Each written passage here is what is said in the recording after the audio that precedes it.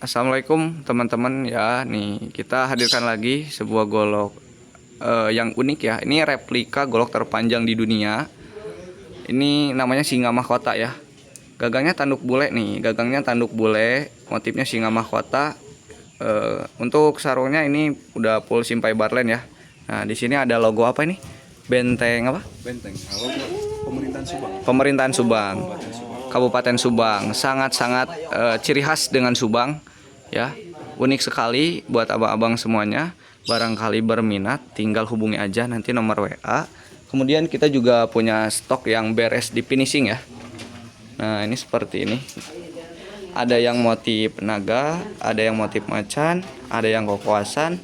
Ya ini beda-beda ya speknya. Kalau ini tebas berat banget ya, kebutuhannya untuk kerja bertani mungkin seperti itu. Kalau ini speknya untuk pemroan berburu ya.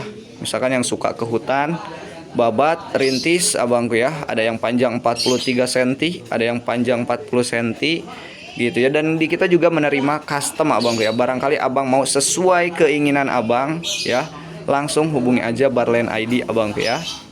Untuk nomor nanti kita cantumkan. Jangan lupa like, comment, and subscribe abangku ya. Nyalakan lonceng notifikasinya. Ketika kita live selalu langsung ada notifikasi buat abang semuanya. Terima kasih.